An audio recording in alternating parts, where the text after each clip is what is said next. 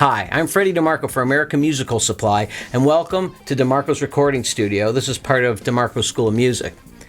I'm here with my Presonus Faderport 8, and I'm going to show you how I integrate it into my system. Now, my recording studio, I use a lot of outboard gear. In fact, I can insert up to 20 different outboard compressors that I have here. Also, many different types of EQs, preamps, some different effects, and I mix that with the in-the-box way of recording, which is with the computer DAW system. So I'll be using some plugins and some outboard gear.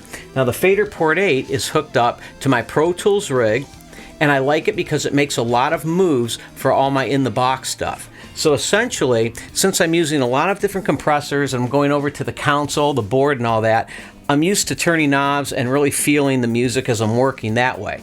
I've learned over the years to be very proficient with the mouse and doing editing and step writing, automation and that, but I really wanted to get back to it like a large format console where you would actually perform the automation moves. The Faderport 8 is awesome for that. It does so many things that my main purposes are to use it for play, record, rewind, the transport essentially. I want to make moves with the faders. I want to be able to record the automation, so I definitely use it for recording the automation, and that would be the pan moves, the fader moves, and you can even use it to automate some of your effects and change parameters on your effects.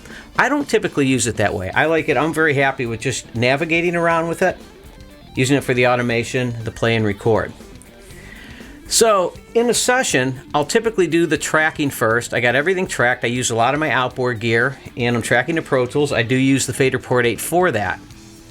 After that, my next step is editing. And I'll edit, of course, using the mouse, but I'll navigate around with the Faderport 8. But I like getting all that editing done before my mix. So my mix is more of a creative type process. So while I'm in that editing stage, this comes in very handy when I want to scrub, I want to change to different tracks and move quickly, and I don't have to do that with the mouse. I could actually scroll around right here. Of course, I use the mouse to do certain types of clips and cutting.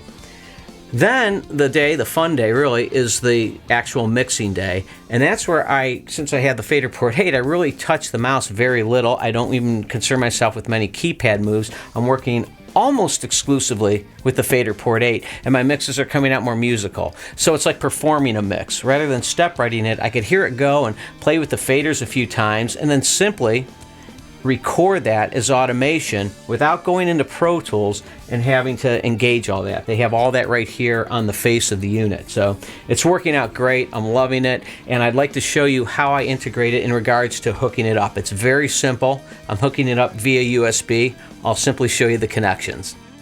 With the Faderport 8 turned off, connect the USB cable to the USB port on the back side of the Faderport 8. Now hook the other side of your USB cable to one of the USB ports on your computer. When you first power the unit on, you need to set the mode. To do that, hold down the first two select buttons and power it on. You only need to do this once.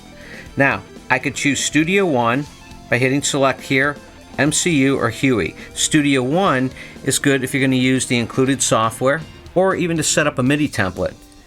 The Mackie control is good if you're going to use DAWs such as Cubase, Live, Logic, Nuendo, Sonar, etc. For Pro Tools, it's recommended to use Huey, so that's my mode that I'm setting mine in. The last thing I needed to do to make sure that my Faderport 8 is integrated into my system is make sure that my DAW sees it. So I'm in Pro Tools. So here I'm in Setup, and then I select Peripherals. Now that I am in the Peripherals window, I make sure that Huey is selected, Receive From says Faderport, and Send To says Faderport, and you're good to go.